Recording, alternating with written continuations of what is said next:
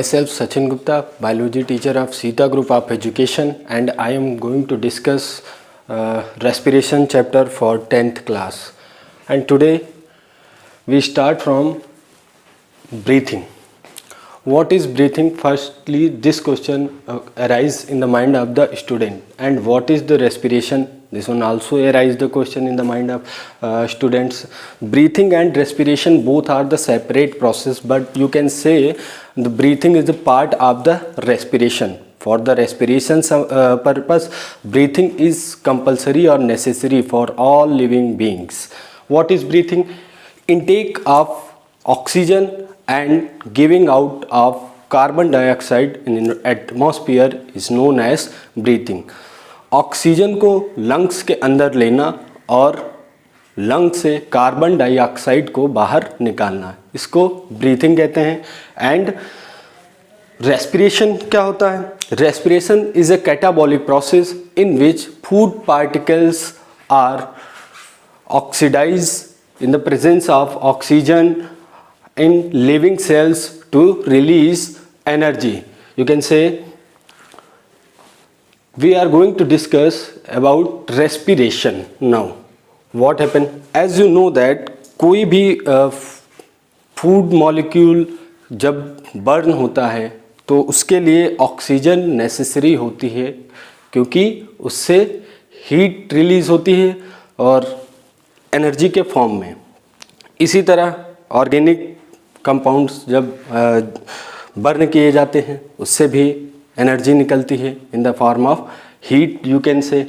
And और आप जानते हैं जैसे डाइजेशन चैप्टर में आपने देखा होगा कि फूड पहले डाइजेस्ट होता है, फिर एब्जॉर्ब किया जाता है और उस फूड को हर सेल्स तक पहुंचाया जाता है with the help of blood.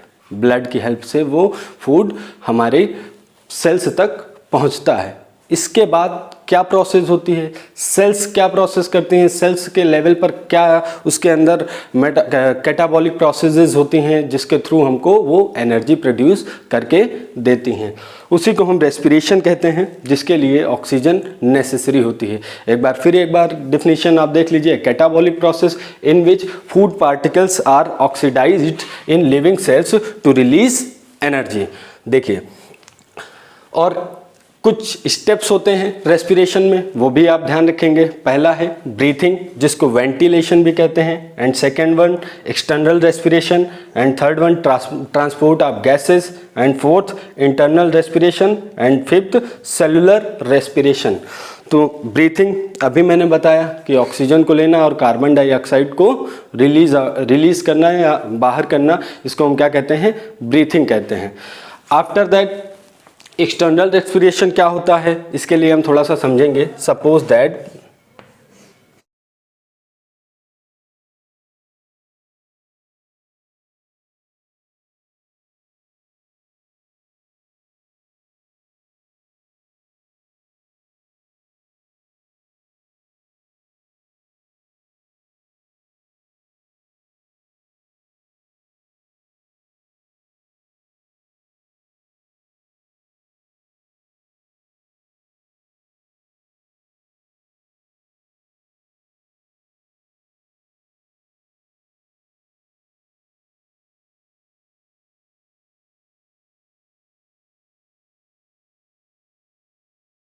Lungs के अंदर प्रेजेंट होते हैं एल्वेलाई प्रेजेंट होते हैं.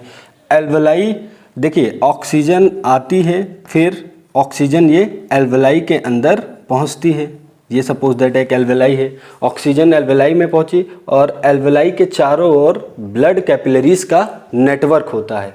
और ब्लड कैपिलरीज के नेटवर्क के होने की वजह से यहाँ से ऑक्सीजन जो है ब्लड में मिक्स हो जाती है और ये ऑक्सीजन पहुँचती है सेल्स के पास.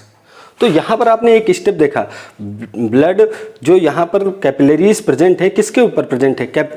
एल्वेलाई के ऊपर प्रेजेंट है कैपिलरीज. और इस कैपिलरीज के नेटवर्क, सपोज दैट ये मैंने एक एल्वेलाई का सेक्शन यहाँ पर बनाया, ये एक एल्वेलाई है, ठीक है. और एल्वेलाई के चारों ओर ये ब्लड कैपिलरीज प्रेजेंट हैं.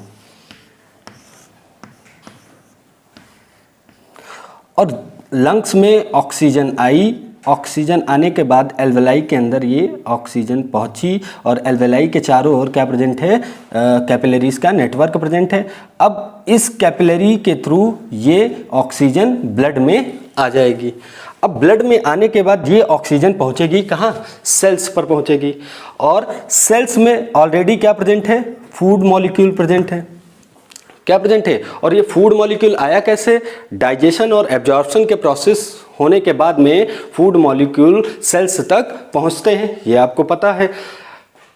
अब इस फूड मॉलिक्यूल को ऑक्सीडाइज करना है और इससे एनर्जी निकालना है। तो ये जो हमने यहाँ पर एक्सचेंज ऑफ गैसेस देखा एल्वेलाई के थ्रू, ये था हमारा external respiration. exchange of gases through the alveoli is known as external respiration. Now transport of gases, तो यहाँ पर कैपिलरीज में ऑक्सीजन आ गई थी और ऑक्सीजन ये ब्लड के थ्रू, अब कैपिलरीज, आर्टरीज, वेन्स क्या होती हैं ये आपको पता होगा कि ये ब्लड वेसल्स हैं जिसके अंदर ब्लड फ्लो करता है।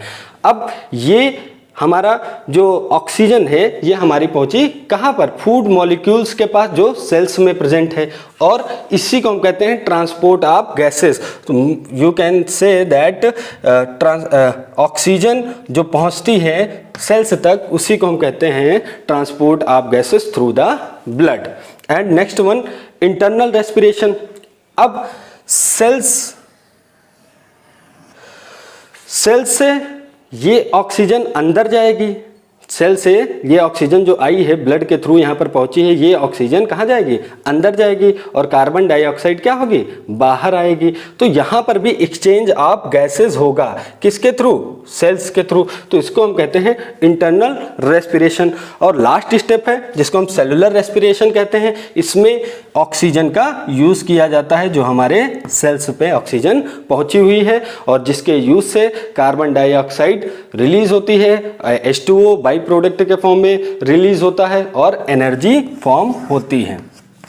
एनर्जी लिविंग बींग्स के लिए बहुत ही एसेंशियल है, बहुत ही नेसेसरी है, जरूरी है किसी भी वर्क को कंप्लीट करने के लिए। Now we are going to discuss cellular respiration. Last step हमको समझना है सेलुलर रेस्पिरेशन क्या होता है।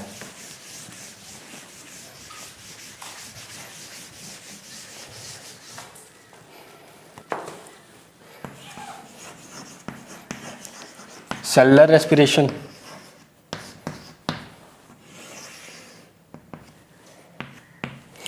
देखिए, ऑक्सीजन की प्रेजेंस और ऑक्सीजन की एब्सेंस के बेस पर सेलुलर रेस्पिरेशन 2 टाइप का होता है। पहला होता है एरोबिक रेस्पिरेशन, दूसरा हमारा हो गया एनएरोबिक।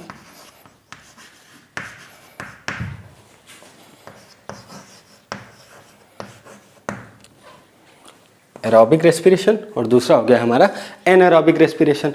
एनारोबिक रेस्पिरेशन में ऑक्सीजन का कोई भी यूज नहीं होता है, लेकिन एरोबिक रेस्पिरेशन के लिए ऑक्सीजन बहुत ही एसेंशियल है, ऑक्सीजन बहुत ही ज़रूरी है, जिसके थ्रू हमको एनर्जी मिलती है और फूड मॉलिक्यूल को ऑक्सीडाइज किया जाता है ऑक्सीजन की हेल्प से, और उससे बहुत सारी एनर्जी फॉर्म होती है।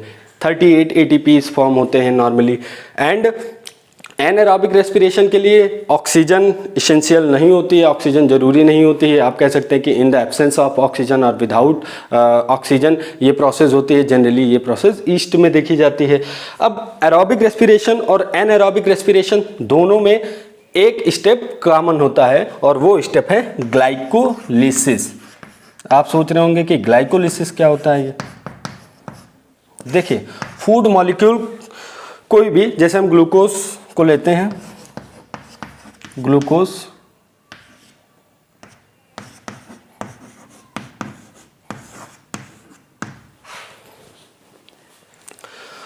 अब इस ग्लूकोज मॉलिक्यूल को, अब ग्लूकोज जो है ये सिंपलर फॉर्म ऑफ फूड है, कार्बोहाइड्रेट का सिंपलर फॉर्म ऑफ फूड है, और ये बना कैसे, डाइजेशन की प्रोसेस के थ्रू। अब इस ग्लूकोज मॉलिक्यूल से हमको क्या निकालनी है, एनर्जी निकालनी है। और एनर्जी किस लिए ज़रूरी है? हमको किसी भी वर्क को कंप्लीट करने के लिए एनर्जी लिविंग बींग्स के लिए बहुत ही ज़्यादा इसेंशियल, क्रूशियल है, ज़रूरी है।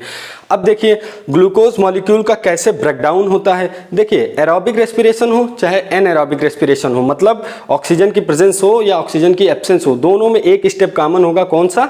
Glycolysis. Glycolysis means conversion of glucose in pyruvic acid.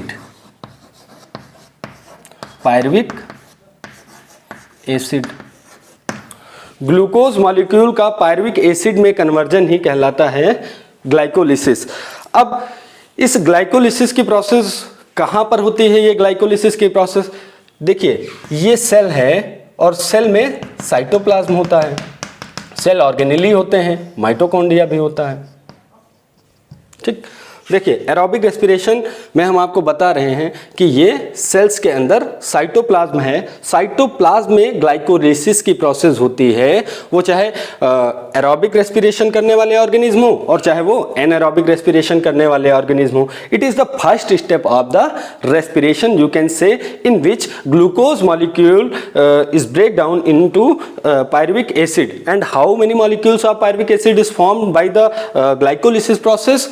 Only 2 molecules are formed by the glycolysis process। कहाँ पर ये प्रोसेस होती है? ये प्रोसेस होती है साइटोप्लाज्म में होती है और इसमें एनर्जी रिलीज होती है, लेकिन वो ज़्यादा अमाउंट में नहीं होती है, बहुत कम अमाउंट में होती है। एंड आफ्टर दैट इसके बाद आता है नेक्स्ट एरोबिक रेस्पिरेशन करने वाले ऑर्गेनिज्म में नेक्स्ट स्टेप आता है क्रेब्स साइकिल। कौन सा? Krebs cycle. Krebs cycle second step है एरोबिक रेस्पिरेशन का। क्रेब्स साइकिल में क्या होता है? जो पायरुविक एसिड बने हुए हैं ग्लाइकोलिसिस की प्रोसेस के थ्रू, जिसमें ग्लूकोज का ब्रेकडाउन हुआ है और बना क्या? Pyruvic acid. उस पायरुविक एसिड के दो मॉलिक्यूल्स बनते हैं और 2 मॉलिक्यूल्स का ब्रेकडाउन या इसका ऑक्सीडेशन होता है और बनते हैं रिड्यूस्ड कोएंजाइम। और साथ में 3 CO2 मॉलिक्यूल एक पायरुविक एसिड मॉलिक्यूल से रिलीज होता है। तो कितने हैं? 2 मॉलिक्यूल हैं। तो टोटल कितने CO2 मॉलिक्यूल रिलीज हुए? 6 CO2 या 6 CO2 मॉलिक्यूल्स रिलीज होते हैं। और ये क्रेब्स साइकिल की जो प्रोसेस है ये साइटोप्लाज्म में नहीं होती है, ये होती है सेल के अंदर प्रेजेंट होता है माइटोकॉन्ड्रिया। माइटोकॉन्ड्रिया में ये प्रोसेस होती है। ये हमारी सेल है, ये है साइटोप्लाज्म में। साइटोप्लाज्म में क्या हुआ है? ग्लाइकोलिसिस। और ग्लाइकोलिसिस के बाद में जो प्रोसेस हो रही है वो माइटोकॉन्ड्रिया के अंदर होती है। एंड माइटोकॉन्ड्रिया आपने पढ़ा होगा 9th क्लास में, इसको power house of the cells कहते हैं। किस लिए कहते हैं? आप पढ़ रहे हैं उसी को, क्योंकि ये एनर्जी के प्रोडक्शन के लिए रिस्पॉन्सिबल होता है, एनर्जी को बनाने के लिए रिस्पॉन्सिबल होता है। That's why it is known as power house of the cells. And reduced coenzymes के अंदर एनर्जी बहुत लार्ज फॉर्म में होती है और इसको ऑक्सीजन की हेल्प से नेक्स्ट स्टेप में भेजा जाता है, जिसको हम कहते हैं ETC, इलेक्ट्रॉन ट्रांसपोर्ट चेन। और इलेक्ट्रॉन ट्रांसपोर्ट चेन की जो प्रोसेस है ये भी किसके अंदर होती है? माइटोकॉन्ड्रिया की। तो पहली प्रोसेस जो ग्लाइकोलिसिस हुई वो साइटोप्लाज्म में हुई। दूसरी प्रोसेस जो क्रेब्स साइकिल है जिसमें पायरुविक एसिड से रिड्यूस्ड कोएंजाइम्स का फॉर्मेशन हुआ, जिसके अंदर एनर्जी प्रेजेंट है बहुत ही लार्जर फॉर्म में और साथ में 6 CO2 रिलीज आउट हुए। इतना आपको समझ में आ गया। और प्रोसेस क्रेब्स साइकिल की कहाँ हो रही है? माइटोकॉन्ड्रिया के अंदर। नेक्स्ट ETC, ये भी हमारी किसके अंदर हो रही है? माइटोकॉन्ड्रिया के अंदर हो रही है, जिसमें रिड्यूस्ड कोएंजाइम्स ऑक्सीडाइज्ड होते हैं और क्या मिलती है? हमको एनर्जी मिलती है। 38 ATP फॉर्म होते हैं। ATP किससे बनते हैं? ये ADP प्लस इनऑर्गेनिक फॉस्फेट से इसका फॉर्मेशन होता है। एंड ये ATP को energy currency of the cells भी कहते हैं और इसका पूरा नाम एडेनोसिन ट्राइफॉस्फेट होता है। साथ में क्या रिलीज होता है? H2O मतलब वाटर रिलीज होता है। अब नेक्स्ट आप देखेंगे एनारोबिक रेस्पिरेशन। जो ऑर्गेनिज्म एनारोबिक रेस्पिरेशन करते हैं, मतलब जिनके अंदर ऑक्सीजन प्रेजेंट नहीं होता है, उनके अंदर कौन सी प्रोसेस होती है? तो ग्लाइकोलिसिस तक तो प्रोसेस सेम थी, वो चाहे एनारोबिक रेस्पिरेशन करने वाला ऑर्गेनिज्म हो चाहे एरोबिक रेस्पिरेशन करने वाला ऑर्गेनिज्म हो। लेकिन ग्लाइकोलिसिस के बाद में क्रेब्स साइकिल और ETC की जो प्रोसेस है वो एनारोबिक रेस्पिरेशन करने वाले ऑर्गेनिज्म में नहीं होती है। उसके अंदर क्या होता है इस चीज को समझ लेते हैं। एनारोबिक रेस्पिरेशन करने वाले जो ऑर्गेनिज्म होते हैं जैसे ईस्ट है, उसके अंदर क्या प्रोसेस होती है, पायरुविक एसिड से एथेनॉल का फॉर्मेशन होता है या इथिल अल्कोहल का फॉर्मेशन होता है, C2H5OH कहते हैं, इसका फार्मूला है। और इस प्रोसेस को कहते हैं फर्मेंटेशन, मतलब पायरुविक एसिड का जो पूर्ण या कह सकते हैं कंप्लीट ऑक्सीडेशन है इस प्रोसेस में नहीं हो पाता है, क्योंकि यहाँ पर ऑक्सीजन का कोई भी रोल नहीं होता है। और ये प्रोसेस कहाँ हो रही है, ये प्रोसेस सेल के अंदर साइटोप्लाज्म में ही होती है, यहाँ पर माइटोकॉन्ड्रिया का कोई भी यूज नहीं होता है। एथिल अल्कोहल का फॉर्मेशन होता है, प्लस का CO2 मॉलिक्यूल्स का फॉर्मेशन होता है, और साथ में एनर्जी जो बहुत स्मॉल अमाउंट में एनर्जी इनको मिलती है।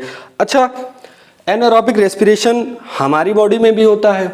कैसे? जब कभी हैवी एक्सरसाइज करते हैं हम, उस टाइम हमारी बॉडी की जो मसल्स हैं वो एनारोबिक रेस्पिरेशन शो करती हैं, और एनारोबिक रेस्पिरेशन करती हैं लेकिन वो एथेनॉल का फॉर्मेशन नहीं करती हैं। उस टाइम फॉर्मेशन होता है लैक्टिक एसिड का, एथेनॉल का फॉर्मेशन नहीं होता है। तो ये भी आपको याद रखने वाली बात है। ओवरऑल आपने ये जाना कि एक फूड मॉलिक्यूल से जो ग्लूकोज था उससे हमने कैसे एनर्जी को रिलीज आउट करवाया। ये जो पूरी प्रोसेस है इसी को हम रेस्पिरेशन कहते हैं।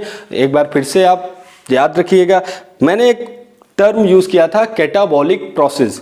रेस्पिरेशन जो है कैटाबॉलिक प्रोसेस है। Catabolic process means breaking down something, किसी चीज का टूटना ही उसको बोलते हैं कैटाबॉलिज्म। और कैटाबॉलिज्म, एनाबॉलिज्म जो होता है वो मेटाबॉलिज्म का पार्ट होता है। और मेटाबॉलिज्म अब क्या होता है, मेटाबॉलिज्म के थ्रू हमारी बॉडी के ग्रोथ, रिप्रोडक्शन, बहुत सी चीज़ों को मैनेज किया जाता है इन्हीं एक्टिविटीज़ के थ्रू। किसी चीज़ की सिंथेसिस जो होती है एनाबॉलिक प्रोसेस होती है, किसी चीज़ का ब्रेकडाउन जो होता है, जो केमिकल रिएक्शंस हमारे अंदर चलती हैं हमारी बॉडी की ग्रोथ के लिए, जो रिस्पॉन्सिबल केमिकल रिएक्शंस होती हैं, और जब ब्रेकडाउन होता है तो वो कैटाबॉलिक प्रोसेस होती है। और किसी चीज़ का फॉर्मेशन होता है, बिल्डिंग अप होता है, दैट मीन्स वो एनाबॉलिक प्रोसेस होती हैं। Breaking down catabolic and building up anabolic processes. Is that clear? And next I am going to discuss human respiratory system, which is very important part of the respiration. You have to know that. And पहले हम इसका figure देखते हैं, जिसमें आप देख रहे होंगे कि प्राइमरी रेस्पिरेटरी ऑर्गन जो हमारे लंग्स हैं, one pair of lungs present हैं, और एक पाइप लाइक स्ट्रक्चर आपको दिख रहा होगा जिसको हम ट्रैकिया कहते हैं। उसके ऊपर एक स्फेरिकल स्ट्रक्चर दिख रहा होगा जिसको लैरिंक्स कहते हैं। फिर ऊपर आपको एपिग्लॉटिस दिख रहा होगा, और नीचे एक फ्लैप लाइक स्ट्रक्चर दिख रहा होगा जिसको हम डायफ्राम कहते हैं। और ये आपको लंग्स के बाहर एक कवरिंग दिख रही होगी जिसको हम प्लूरल मेम्ब्रेन कहते हैं। और ट्रैकिया के बाद में ये ब्रोंकस आपको दिख रहा होगा, और ये ब्रोंकस सिंगुलर फॉर्म होता है, और इसको प्राइमरी ब्रोंकाई भी कहते हैं। और ये प्राइमरी ब्रोंकाई अंदर जाकर डिवाइड होते हैं ब्रांचेस में, जिनको secondary branches and tertiary branches कहते हैं। आफ्टर दैट ये टर्मिनल ब्रोंक्यूल्स एंड ब्रोंक्यूल्स का फॉर्मेशन करते हैं। फिर लास्ट में जिनसे एल्वेलाई अटैच होते हैं, कुछ आप कह सकते हैं बैग लाइक स्ट्रक्चर्स जो आपको ये दिख रहे हैं ना, इनको हम एल्वेलाई कहते हैं, जो रिस्पॉन्सिबल होते हैं गैसेस के एक्सचेंज के लिए, ऑक्सीजन और कार्बन डाइऑक्साइड के एक्सचेंज के लिए रिस्पॉन्सिबल होते हैं। और ये सिंपल डिफ्यूजन के मेथड से होता है। नाउ देखते हैं क्या होता है। देखिए, first one is nostrils. Nostrils आपको फिगर में नहीं दिख रहा होगा, लेकिन आपको पता है कि 2 holes present at the bottom of the nose is known as nostrils. Lips के जस्ट ऊपर जो 2 होल्स होते हैं उनको नॉस्ट्रिल्स कहते हैं। और इसके अंदर फाइन हेयर्स भी प्रेजेंट होते हैं, और ये हेयर्स हेल्प करते हैं किस चीज़ में, आपको पता होगा कि ये हेयर्स डस्ट पार्टिकल्स को कैप्चर करते हैं, ट्रैप कर लेते हैं, जिससे जो एयर के अंदर, ऑक्सीजन के अंदर जो डस्ट पार्टिकल होती है वो हमारे लंग्स तक ना पहुँचे, क्योंकि डस्ट के पहुँचने से बहुत सी रेस्पिरेटरी डिजीज़ेस हो सकती हैं। एंड ऑल्फेक्शंस के लिए भी नॉस्ट्रिल्स के अंदर नेज़ल चैम्बर होता है। नेज़ल चैम्बर, नॉस्ट्रिल्स के बाद वाला जो पोर्शन होता है उसको हम कहते हैं नेज़ल चैम्बर। नेजोफेरिंग्स इसमें पार्ट होता है, और नेज़ल चैम्बर में ऑल्फेक्शन के लिए रिस्पॉन्सिबल कुछ सिस्टम प्रेजेंट होता है। ऑल्फेक्शन मतलब आप कह सकते हैं सूंघने के प्रोस्पेक्टिस से किसी भी स्मेल को आप किसी भी स्मेल को महसूस कर सकते हैं, सूंघ सकते हैं, और ये डायरेक्ट हमारी ऑल्फैक्टरी नर्व्स के थ्रू हमारे ब्रेन से अटैच होती है, जिससे हमको किसी भी चीज़ का स्मेल महसूस होती है। एंड आफ्टर दैट फेरिंग्स का जो रीजन होता है बेसिकली ये 5 इंच लॉन्ग होता है, और ये फेरिंग्स का region both air and both food दोनों के लिए एक ही होता है। यहाँ से एयर भी पास हो सकती है और यहाँ से फूड भी पास हो सकता है, और ये फेरिंग्स का रीजन जो है ये दोनों ट्यूब में ओपन होता है, फूड पाइप और विंड पाइप। फूड पाइप को ऊसोफेगस कहते हैं, आपको पता है, एंड विंड पाइप को कहते हैं ट्रैकिया। तो फेरिंग्स का जो रीजन है ये सपोज दैट ये नॉस्ट्रिल्स हो गए, ठीक है। नॉस्ट्रिल्स के बाद में ये जो एरिया आपको दिख रहा है ये नेज़ल चैम्बर हो गया, ये हमारा माउथ हो गया। अब माउथ के बाद में ये देखिए ये जो पोर्शन आपको दिख रहा है this is known as pharynx. क्या कहते हैं इसको? फेरिंग्स कहते हैं। और इसी फेरिंग्स से ही अटैच होती हैं दोनों pipes, food pipe and wind pipe, दोनों पाइप्स इसी से अटैच होती हैं। देखिए फूड फेरिंग्स में से जा सकता है, किसमें? विंड पाइप में भी जा सकता है। क्यों नहीं जा सकता है? क्योंकि ओपनिंग सेम है। लेकिन ऐसा कभी भी नहीं होता है कि फूड ट्रैकिया में चला जाए। क्यों नहीं जाता है, इस चीज़ को डिस्कस करते हैं। तो फेरिंग्स में आपको फेरिंग्स के रीजन के नीचे आपको ग्लॉटिस और एपिग्लॉटिस देखने को मिलती हैं। ग्लॉटिस क्या है? Opening of the trachea. जो ये ट्रैकिया है, ट्रैकिया की ओपनिंग पर ग्लॉटिस होता है, और ये ग्लॉटिस कवर्ड होता है एपिग्लॉटिस से। मस्कुलर स्ट्रक्चर है, एपिग्लॉटिस से कवर्ड होता है, फ्लैप लाइक स्ट्रक्चर होता है। और जब भी हम फूड को स्वैलो करते हैं ये एपिग्लॉटिस ग्लॉटिस को कवर कर लेता है। जब भी हम फूड को निगलते हैं, और किस लिए कवर कर लेता है कि जो फूड हम निगल रहे हैं वो सीधे फूड पाइप में जाए, वो कहीं विंड पाइप या ट्रैकिया में ना चला जाए। तो ओपनिंग जो आपको ट्रैकिया की दिख रही है वहां पर आपको ग्लॉटिस दिख रहा है, और ग्लॉटिस किससे गार्डेड है? एपिग्लॉटिस से गार्डेड है। और एपिग्लॉटिस क्या कर रहा है? फूड के स्वेलिंग के टाइम वो ट्रैकिया को क्या कर रहा है? पूरा का पूरा कवर किए ले रहा है, जिससे वो फूड विंड पाइप में ना जाए। किस में जाए? फूड पाइप में, विंड पाइप में फूड ना जाए, वो सीधा ऊसोफेगस या फूड पाइप में चला जाए। नेक्स्ट है हमारा लैरिंग्स। आपको ट्रैकिया के ऊपर दिख रहा है ये रीजन, इसको हम लैरिंग्स बोलते हैं। कार्टिलेजिनस स्ट्रक्चर होता है, और ये जनरली किस लिए होता है? ये साउंड के प्रोडक्शन के लिए रिस्पॉन्सिबल होता है। वोकल कार्ड्स इसके अंदर होते हैं, आप हायर क्लास में इसको और डिटेल में पढ़ेंगे। वोकल कार्ड्स प्रेजेंट्स होते हैं जो बेसिकली रिस्पॉन्सिबल होते हैं हमारी वॉइस प्रोडक्शन के लिए रिस्पॉन्सिबल होते हैं। And next one is trachea. Trachea ये पाइप लाइक स्ट्रक्चर जो दिख रहा है, जो मिड थोरेसिक कैविटी में जाके डिवाइड होता है 2 ब्रांचेस में, जिनको प्राइमरी ब्रोंकाई कहते हैं, सिंगुलर फ्रॉम ब्रोंकस है। लेकिन थोरेसिक कैविटी एक टर्म आया जहां पर आपको थोड़ा सा डाउट होगा कि ये थोरेसिक कैविटी क्या होता है। देखिए नीचे आपको लंग्स के जस्ट नीचे आपको दिख रहा है एक फ्लैप लाइक मस्कुलर स्ट्रक्चर, जिसको हम कहते हैं डायफ्राम। ठीक है, तो डायफ्राम के ऊपर का, अबव द डायफ्राम जो रीजन होता है वो बेसिकली क्या होता है? थोरेसिक कैविटी होता है। एंड जो डायफ्राम के नीचे का जो पोर्शन होता है वो एब्डोमिनल कैविटी का पोर्शन होता है। तो डायफ्राम क्या है? मस्कुलर फ्लैप लाइक स्ट्रक्चर है। नॉर्मल पोजीशन डोम शेप होती है। कैसे होती है? डोम शेप, ऐसे होता है नॉर्मल पोजीशन डायफ्राम की, जो जस्ट लंग्स के नीचे प्रेजेंट होता है। तो थोरेसिक कैविटी के बिल्कुल मिड में ये ट्रैकिया 2 पार्ट्स में डिवाइड होता है, 2 ब्रांचेस में डिवाइड होता है, जिनको प्राइमरी ब्रोंकाई कहते हैं। और ये 5th लेवल आप याद रखिएगा किस लेवल पर ये डिवाइड करता है। 5th थोरेसिक वर्टिब्री के लेवल पर ये 2 ब्रांचेस में डिवाइड करता है।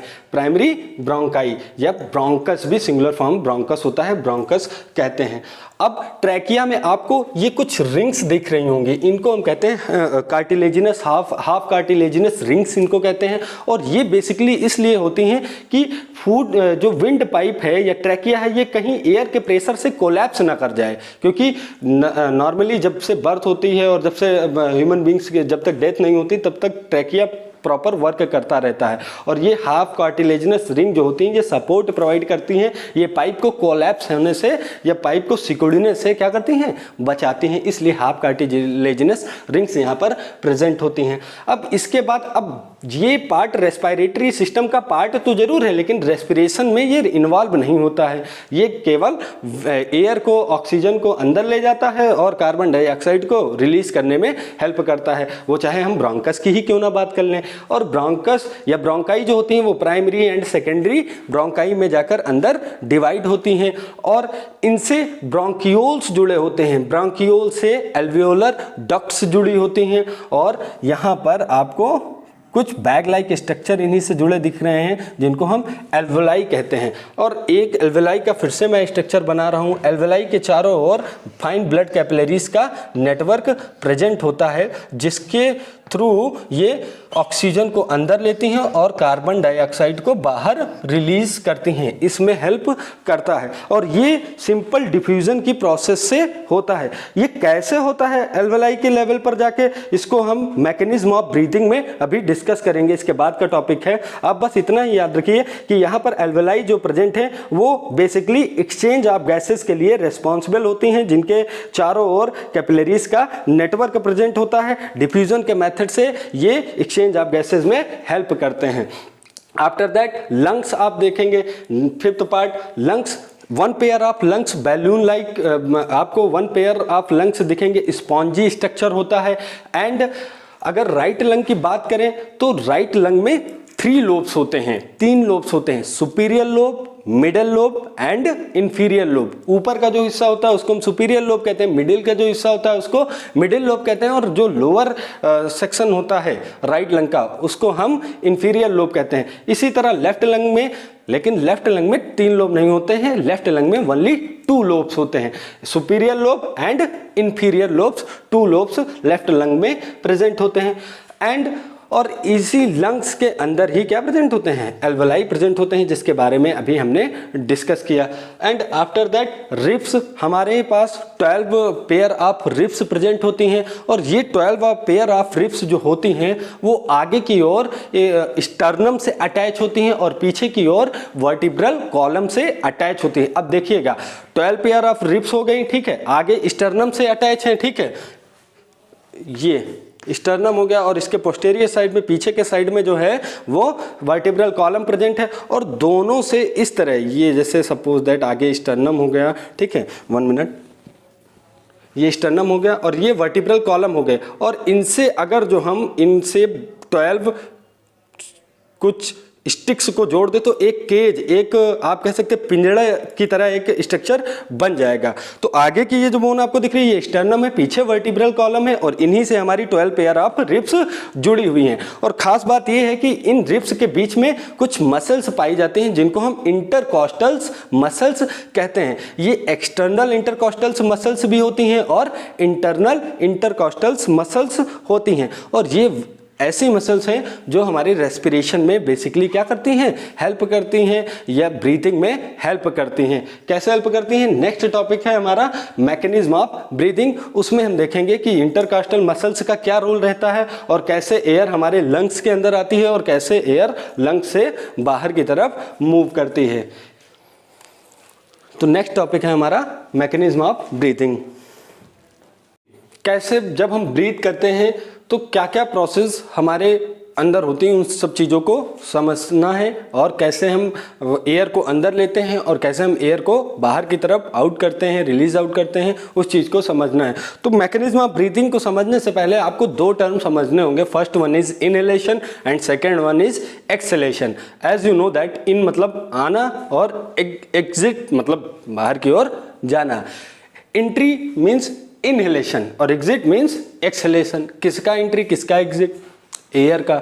ऑक्सीजन को अंदर आना है और किसको बाहर जाना है, कार्बन डाइऑक्साइड को बाहर जाना है, क्योंकि कार्बन डाइऑक्साइड क्या है, बाई प्रोडक्ट है जो किस में बना था, हमारी रेस्पिरेशन, सेलुलर रेस्पिरेशन की प्रोसेस में बना था, ब्लड के थ्रू ये हमारे कहाँ पर आया, लंग्स में आया और लंग्स से इसको बाहर जाना है। तो ये प्रोसेस कैसे होती है इसको हम समझते हैं। Inhalation means to take air from the atmosphere in the lungs, atmosphere से एयर को लंग्स के अंदर लेना, इस प्रोसेस को हम कहते हैं इनहेलेशन। और एक्सहेलेशन मतलब लंग से एयर को एटमॉस्फेयर में रिलीज आउट करना, इसको हम कहते हैं एक्सहेलेशन।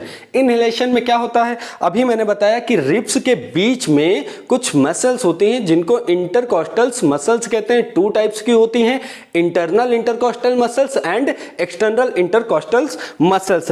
एंड देखिए सपोज दैट ये हमारी दो रिब्स हैं, एक ये रिब हो गई, एक ये रिब हो गई, इसके बीच में जो मसल्स प्रेजेंट हैं इनको हम कहते हैं इंटरकॉस्टल्स मसल्स। अब इन्हीं मसल्स के थ्रू इस इन रिब्स को हम क्या कर सकते हैं, ऊपर कर सकते हैं और नीचे कर सकते हैं। इनके कॉन्ट्रैक्ट होने से, इनके रिलैक्स होने से इसके अंदर आप मूवमेंट, रिबकेज के अंदर मूवमेंट आप देख सकते हैं। और ये 12 पेयर ऑफ रिब्स सबसे ये उनके बीच में प्रेजेंट ये इंटरकॉस्टल्स मसल्स होती हैं। इंटरनल इंटरकॉस्टल्स मसल्स जो होती हैं, जो रिब्स के बीच में प्रेजेंट होती हैं, at the time of inhalation they are relaxed in condition. कैसी होती हैं, रिलैक्स होती हैं। बट एक्सटर्नल इंटरकॉस्टल्स मसल्स जो होती हैं उस टाइम क्या करती हैं, कॉन्ट्रैक्ट करती हैं। इनहेलेशन के टाइम में कॉन्ट्रैक्शन उनके अंदर होता है, और जब उनके अंदर कॉन्ट्रैक्शन होता है तो ये रिब्स को थोड़ा ऊपर की ओर क्या करती हैं, पुश करती हैं, ऊपर की ओर, बाहर की ओर क्या करती हैं, पुश करती हैं। That means rib cage moves outward and upward, बाहर की तरफ रिब केज आता है और क्या, ऊपर की तरफ रिब केज जाता है। इस चीज को आप बिल्कुल ऑब्जर्व भी कर सकते हैं। जब आप सांस अंदर की ओर लेते हैं, जब एयर आप अंदर की ओर लेते हैं, तो आपने देखा होगा कि जो आपका रिब केज है थोड़ा सा ऊपर की ओर आ जाता है और बाहर की तरफ थोड़ा सा आ जाता है। और उस कंडीशन में जो डायफ्राम है, डायफ्राम मस्कुलर स्ट्रक्चर जो कहाँ प्रेजेंट था, लंग्स के नीचे प्रेजेंट था, और ये कैसा हो जाता है, ये फ्लैट हो जाता है, सीधा हो जाता है। और इसकी नॉर्मल पोजीशन क्या होती है, डोम शेप होती है। जनरली ये डोम शेप का होता है। जब एक्सेलरेशन पढ़ेंगे तब हम इस चीज़ को और डीपली थोड़ा सा समझ लेंगे। तो डायफ्राम कॉन्ट्रैक्ट करेगा तो ये फ्लैट हो जाएगा। फ्लैट क्यों हो जाएगा, क्योंकि वॉल्यूम ऑफ थोरेसिक कैविटी का जो वॉल्यूम है वो क्या कर जाएगा, इंक्रीज हो जाएगा। और वॉल्यूम इंक्रीज करेगा तो प्रेशर जो एल्वेलाई के अंदर है, और एल्वेलाई क्या है, एल्वेलाई मैंने बताया था कि लंग्स के अंदर मिलियंस ऑफ एल्वेलाई प्रेजेंट होते हैं जो एयर के एक्सचेंज में क्या करते हैं, हेल्प करते हैं, ऑक्सीजन को ब्लड में डिफ्यूज करते हैं और कार्बन डाइऑक्साइड को लेते हैं ब्लड से कैपिलरीज के थ्रू, और उसको ट्रैकिया के थ्रू और नोज के थ्रू उसको बाहर करने में हेल्प करते हैं। तो प्रेशर जो एल्वेलाई के अंदर होगा वो प्रेशर होगा लो, और जब प्रेशर लो होगा तो आपको एक सिंपल सा फंडा पता है कि एयर का मूवमेंट जो होता है हाई प्रेशर से लो प्रेशर की तरफ होता है। एल्वेलाई के अंदर प्रेशर लो है और बाहर प्रेशर क्या है, एटमॉस्फेयर का हाई है। दैट मींस एयर बाहर से, एटमॉस्फेयर से हमारे एल्वेलाई के अंदर आ जाएगी, ऑक्सीजन हमारे एल्वेलाई में आ गई। अब यही ऑक्सीजन सेल्स के पास पहुंचती है, किसकी हेल्प से, ब्लड की हेल्प से, और सेल्स के पास पहुंचती है, सेलुलर रेस्पिरेशन की प्रोसेस होती है, फूड को ऑक्सीडाइज किया जाता है, इसके बाद में वहां से एटीपी 38 एटीपी का प्रोडक्शन होता है। और आप कह सकते हैं ये एनर्जी यूनिट्स हैं, energy currency of the cells होती हैं। इस चीज को थोड़ा सा भी समझ लेते हैं। नेक्स्ट वन हमारा एक्सहेलेशन है। एक्सहेलेशन मीन्स एयर जो है उसको लंग्स से बाहर की तरफ थ्रो आउट करना, रिलीज आउट करना। इस प्रोसेस में क्या होता है, देखिए कार्बन डाइऑक्साइड बना है एज ए बाई प्रोडक्ट। कब, सेलुलर रेस्पिरेशन जब बताया था मैंने, कार्बन डाइऑक्साइड एंड वाटर बना। तो वो कार्बन डाइऑक्साइड क्या है, टॉक्सिक सब्सटेंस है, हमारे ब्लड में रहेगा, हमारे सेल्स के लेवल पर रहेगा, तो बहुत सी डिस्टर्बेंस क्रिएट कर सकता है हमारी मेटाबॉलिक एक्टिविटी में। तो उसका रिलीज आउट करना बहुत ही ज्यादा इसेंशियल होता है, बहुत ही ज्यादा नेसेसरी होता है। कैसे वो बाहर होते हैं इस चीज को समझते हैं। देखिए एक्सहेलेशन की प्रोसेस में इंटरनल इंटरकॉस्टल्स मसल्स क्या करती हैं, कॉन्ट्रैक्ट करती हैं। और कॉन्ट्रैक्ट करने का मतलब यह है कि ये रिब केज को जो रिब्स के बीच में जो इंटरनल इंटरकॉस्टल मसल प्रेजेंट है, ये जब कॉन्ट्रैक्ट करेंगी तो ये रिब्स को अंदर की ओर लेकर आएंगे और उस टाइम एक्सटर्नल इंटरकॉस्टल मसल्स क्या होंगी, रिलैक्स कंडीशन में होगा, उनमें मूवमेंट नहीं होगा, रिलैक्स कंडीशन में होगा।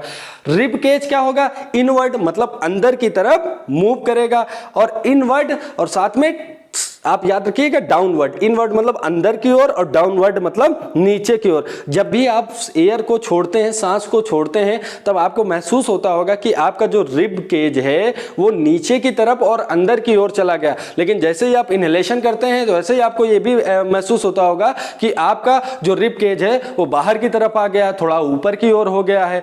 तो बेसिकली होता क्या है, ये सब इंटरकॉस्टल मसल्स की वजह से ये ऑपरेट होता है। एक्सटर्नल इंटरकॉस्टल मसल रिलैक्स रहते हैं, इंटरनल इंटरकॉस्टल मसल कॉन्ट्रैक्ट करते हैं, जिसकी वजह से जो रिब केज है वो फिर से अंदर की ओर और डाउनवर्ड नीचे की ओर आ जाता है। एंड डायफ्राम क्या होगा, डायफ्राम फिर से डोम शेप हो जाएगा। क्यों डोम शेप हो जाएगा, क्योंकि volume of thoracic cavity gets decreases. जो थोरेसिक कैविटी का वॉल्यूम है वो क्या हो गया है, कम हो गया है, कम हो गया। एंड आफ्टर दैट प्रेशर जो एल्वेलाई के अंदर है, एल्वेलाई के अंदर प्रेशर ज्यादा है in comparison of outer environment, outer atmosphere.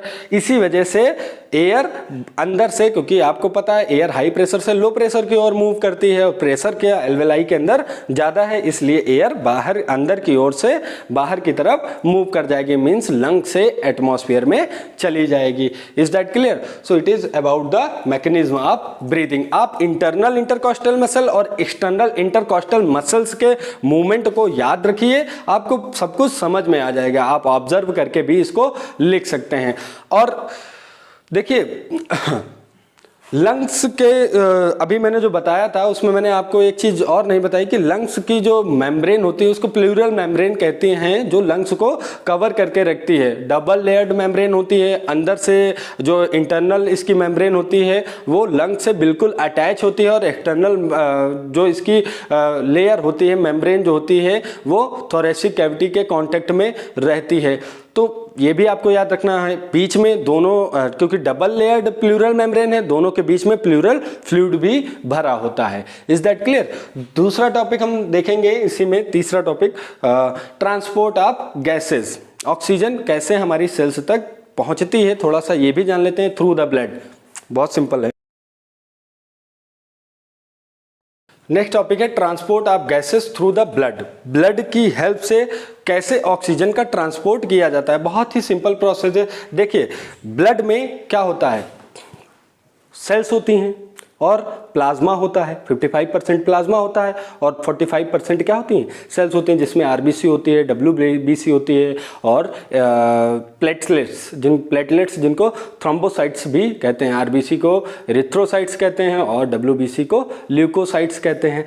और ब्लड में आरबीसी में क्या होता है, एक रेस्पिरेटरी पिगमेंट होता है जिसको हम कहते हैं हीमोग्लोबिन, और ये रेस्पिरेटरी पिगमेंट ही रिस्पॉन्सिबल होता है ऑक्सीजन के ट्रांसपोर्टेशन के लिए, गैसेस के ट्रांसपोर्टेशन के लिए, क्योंकि ब्लड के थ्रू ही ये ऑक्सीजन हमारे सेल्स तक पहुंचती है और जो कार्बन डाइऑक्साइड बनी हुई है वो कहाँ आती है, हमारे लंग्स तक आती है।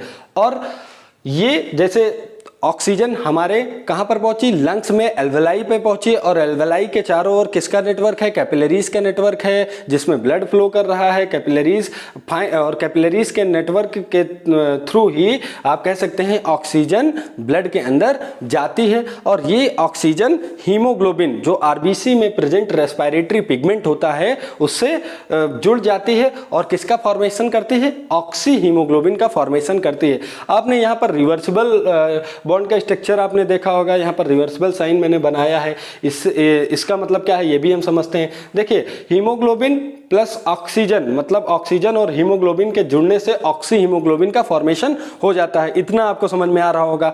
अब ऑक्सी हीमोग्लोबिन जो है वो जब ब्रेक होता है तो क्या बनता है, हीमोग्लोबिन और ऑक्सीजन।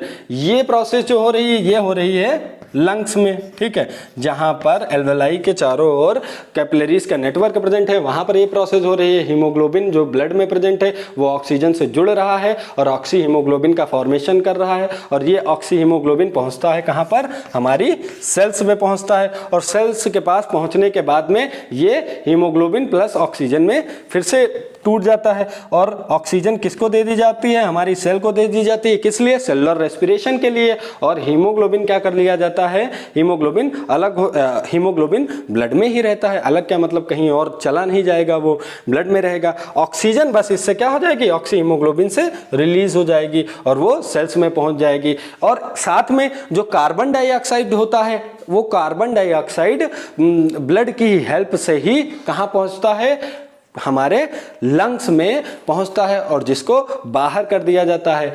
अब आपको एक क्रॉस क्वेश्चन पूछा जाता है कि कार्बन मोनोऑक्साइड गैस जो होती है वो जब हमारे ब्लड के कांटेक्ट में आती है तो उससे डेथ क्यों हो जाती है। ये क्वेश्चन आपको थोड़ा सा क्रॉस क्वेश्चन है, इसको भी ध्यान रखना होगा, कभी कभी पूछ लिया जाता है। तो कार्बन मोनोऑक्साइड जब हमारे ब्लड के कांटेक्ट में आती है तो सिंगड़ी जलाने पे, अंगीठी जलाने पे जो एक गैस, बहुत ही हार्मफुल गैस रिलीज होती है कार्बन मोनोऑक्साइड, उस गैस की वजह से इमीडिएट डेथ भी हो जाती है, क्योंकि वो हमारे नर्वस सिस्टम पर भी अटैक करती है, जिसकी वजह से हमको पता भी नहीं चलता है और कब डेथ हो जाती है। कई सारी न्यूज़ भी आई हैं और घर में भी बताया जाता है कि अंगीठी जलाकर या सिंगड़ी जलाकर कभी भी नहीं सोना चाहिए, जिससे डेथ हो सकती है। क्यों नहीं सोना चाहिए, किस लिए ये चीज़ बताते हैं लोग घरों में, इस चीज़ का पूरा कनेक्शन हमारे transport of gases through the blood topic से ही रिलेट करता है। कैसे, देखते हैं। देखिए, कार्बन मोनोऑक्साइड जो गैस होती है वो जब भी हीमोग्लोबिन से बाइंड करती है तो वो रिवर्सिबल बॉन्ड नहीं बनाती है, वो नॉन रिवर्सिबल बॉन्ड बनाती है। मतलब हीमोग्लोबिन से कार्बन मोनोऑक्साइड गैस जुड़ती जाएगी और हीमोग्लोबिन जो हमारे ब्लड में फंक्शन कर रहा है ऑक्सीजन को पकड़ने का, ऑक्सीजन को पकड़ता है और सेल्स तक छोड़ के आता है, वो काम धीरे धीरे क्या हो जाएगा, स्टॉप हो जाएगा, वो काम धीरे धीरे बंद हो जाएगा। जुड़ कौन गया है, कार्बन मोनोऑक्साइड, और कार्बन मोनोऑक्साइड जो होता है इरिवर्सिबल बॉन्ड बनाता है। मतलब एक बार हीमोग्लोबिन से कार्बन मोनोऑक्साइड जुड़ गया तो फिर उसका ब्रेकडाउन नहीं होता है। और इसी तरह ऑक्सीजन बाइंडिंग इफिशियंसी जो है हीमोग्लोबिन की, वो धीरे धीरे क्या हो जाती है, कम हो जाती है, और प्रॉपर सप्लाई ऑफ ऑक्सीजन हमारे ऑर्गन को नहीं मिल पाती है, जिसकी वजह से ऑर्गन फेल्योर की बीमारी, ऑर्गन फेल्योर भी हो जाता है उसी टाइम, जिसकी वजह से इमीडिएट डेथ भी कॉज हो जाते हैं। तो it is about the transport of gases. एक मिनट में कितनी बार ब्रीथिंग करते हैं हम, ये भी हमको जानना बहुत जरूरी है। देखिए, एक मिनट में जनरली देखा जाए तो 15 to 18 टाइम्स ब्रीदिंग रेट है, ठीक है, 15 to 18 टाइम्स ब्रीदिंग पर मिनट, एक मिनट में ऐसा होता है। लेकिन कभी कभी जब हैवी एक्सरसाइज करते हैं तो ये जो नॉर्मल रेट है वो राइज अप हो जाता है, 20 to 25 तक भी पहुंच सकता है ब्रीथिंग रेट। एंड थोड़ा सा हमारा बचा हुआ है रेस्पिरेशन में, उसको हम बाद में डिस्कस कर लेंगे नेक्स्ट क्लास में। Okay, thank you very much. और इसके नोट्स भी आप बनाते रहिए, और कुछ भी ना समझ में आए तो आप कमेंट बॉक्स में ज़रूर उसको लिखिए और हम वहीं पर आपको रिप्लाई करके उसको समझा देंगे।